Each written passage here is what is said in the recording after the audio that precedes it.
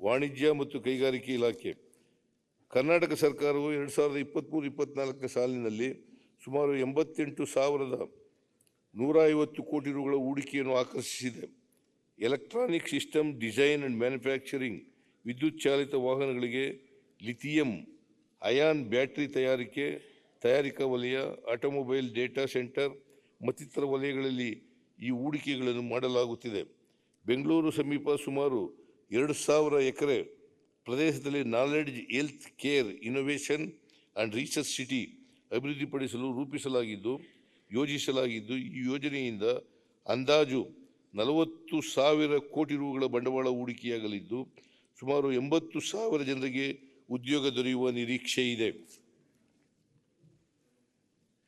ಅಭಿವೃದ್ಧಿಯಲ್ಲಿ ಕರ್ನಾಟಕದ ಉನ್ನತ ಸ್ಥಾನವನ್ನು ಉಳಿಸಿಕೊಳ್ಳಲು ಹಾಗೂ ಇನ್ನೂ ಹೆಚ್ಚು ಬಂಡವಾಳ ಹೂಡಿಕೆಯನ್ನು ಆಕರ್ಷಿಸಲು ಹೊಸ ಕೈಗಾರಿಕಾ ನೀತಿಯನ್ನು ಜಾರಿಗೆ ತರಲಾಗುವುದು.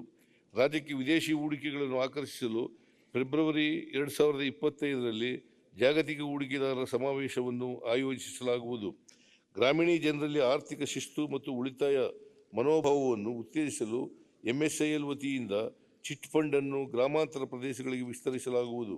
ಯಶವಂತಪುರದಲ್ಲಿ KSDL ವತಿಯಿಂದ ಜಮೀನಿನಲ್ಲಿ ವಿವಿಧ ಸರ್ಕಾರಿ ಇಲಾಖೆಗಳನ್ನು ನಿರ್ವಹಿಸಲು ಸುಸಜ್ಜಿತ ಕಚೇರಿ ಸಂಕೀರ್ಣವನ್ನು ನಿರ್ಮಿಸಲಾಗುವುದು.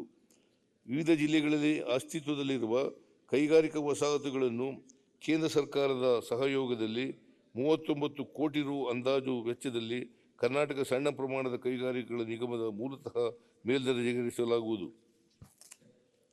ಕೇಂದ್ರ ಹಾಗೂ ರಾಜ್ಯ ಸರ್ಕಾರಗಳ ಜಂಟಿ ಸಹಭಾಗಿತ್ವದಲ್ಲಿ ಬೆಂಗಳೂರು ಮುಂಬೈ ಎಕನಾಮಿಕ್ ಕಾರಿಡಾರ್ ಯೋಜನೆಯಡಿ ಧಾರವಾಡ ಸಮೀಪ ಸುಮಾರು 6,000 ಎಕರೆ ಜಮೀನಿನಲ್ಲಿ ಕೈಗಾರಿಕಾ ಅಭಿವೃದ್ಧಿ ಮತ್ತು ನೀಡುವ ಸಂಬಂಧ ಕೈಗಾರಿಕಾ ನೋಡನ್ನು ಅಭಿವೃದ್ಧಿಪಡಿಸುವ ಮೂಲಕ ಉತ್ತರ ಕರ್ನಾಟಕದ ನಿರುದ್ಯೋಗ ಸಮಸ್ಯೆಗೆ ಪರಿಹಾರ ಕಂಡುಕೊಳ್ಳಲು ಹಾಗೂ ಆರ್ಥಿಕ ಬೆಳವಣಿಗೆಗಳಿಗೆ ಉತ್ತೇಜನ ನೀಡಲು ತೀರ್ಮಾನಿಸಿದೆ.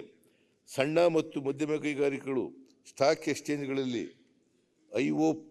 IPO ಬಿಡುಗಡೆ ಮಾಡಲು ತಗಲುವ ವೆಚ್ಚದಲ್ಲಿ ಗರಿಷ್ಠ ಮಿತಿ 25 ಲಕ್ಷ ರುಗಳಿಗೆ ಒಳಪಟ್ಟು ಶೇಕಡ 50ರಷ್ಟು ಸಹಾಯಧನ ನೀಡಲಾಗುವುದು.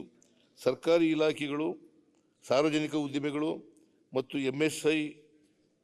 MSMEಗಳನ್ನು TREDS ವೇದಿಕೆಯಲ್ಲಿ ತೊಡಗಿಸಿಕೊಳ್ಳುವ ಮೂಲಕ MSMEಗಳಿಗೆ ಬರಬೇಕಾದ ಪಾವತಿಗಳು ಕಾಲಮಿತಿಯೊಳಗೆ ಸ್ವೀಕೃತಿಯಾಗಿ ಅವುಗಳ ನಗದು ಅರಿವು ಸದೃಢಗೊಳಿಸಬೇಕು ಎಂಬ ಉದ್ದೇಶದಿಂದ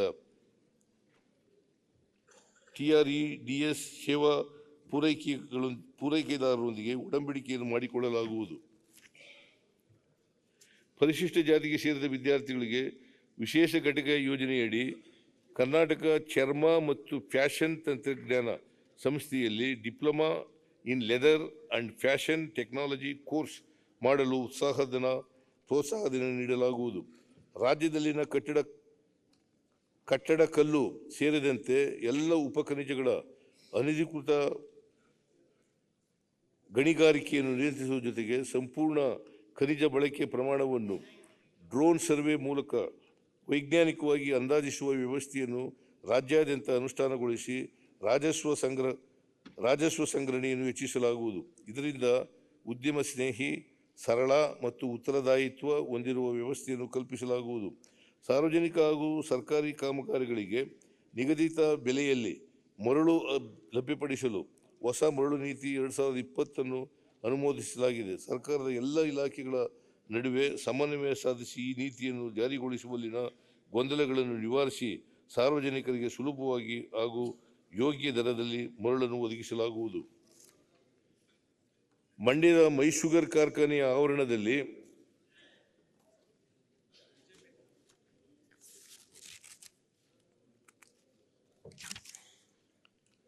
ಸಕ್ಕರೆ ಕಾರ್ಖಾನೆ ನಿರ್ಮಿಸಲಾಗುವುದು.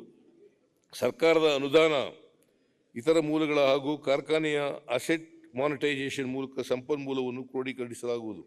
ರಾಜ್ಯದಲ್ಲಿ ಜವಳಿ ಹಾಗೂ ನೇಕಾರಿಕೆ ಅಭಿವೃದ್ಧಿ ಬಂಡವಾಳ ಹೂಡಿಕೆ ಹಾಗೂ ಉದ್ಯೋಗ ಸೃಷ್ಟಿಸಲು 2024-29 ಅವಧಿಗೆ 10,000 ಕೋಟಿ ರುಗಳ ಬಂಡವಾಳ ಹೂಡಿಕೆ ಹಾಗೂ 2 ಲಕ್ಷ ಉದ್ಯೋಗಗಳ ಸೃಜನೆಯ ಗುರಿಯೊಂದಿಗೆ ಹೊಸ ಜವಳಿ ನೀತಿಯನ್ನು ಜಾರಿಗೊಳಿಸಲಾಗುವುದು.